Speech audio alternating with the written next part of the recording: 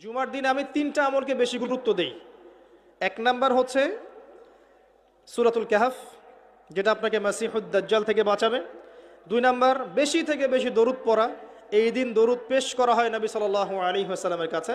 আর তিন নাম্বার এটা যেটা আপনাদেরকে শেয়ার করছি, সেটা হলো আল্লাহ রাসূল সাল্লাল্লাহু আলাইহি ওয়াসাল্লাম বলেছেন, কেউ যদি জুমার দিনে সকাল সকাল গোসল করে, আর্লি মর্নিং গোসল করে ফেলে, একদম ফরজ গোসলের মতো, এবার সবচেয়ে উত্তম কাপড়টা পরে, নোংরা কাপড় না, বেস্ট কাপড়টা পরে, আতর খুশবু ব্যবহার করে, সুগন্ধি ইউজ করে, সুগন্ধি ব্যবহার করে সে সকাল সকাল পায়ে হেঁটে মসজিদে যায়, বাহনে চড়ে নয়, পায়ে হেঁটে মসজিদে গিয়ে ইমাম বয়ান খুতবা শুরু করার আগেই মসজিদে চলে গেছে, ইমামের কাছাকাছি বসে, কাউকে কষ্ট দেয় না। ইমাম খুতবা দিচ্ছে, সে চুপচাপ শুনছে, কাউকে কষ্ট দেয় না। এমনকি পাশে কেউ কথা বলে তাকে এতটুকু বলে না, চুপ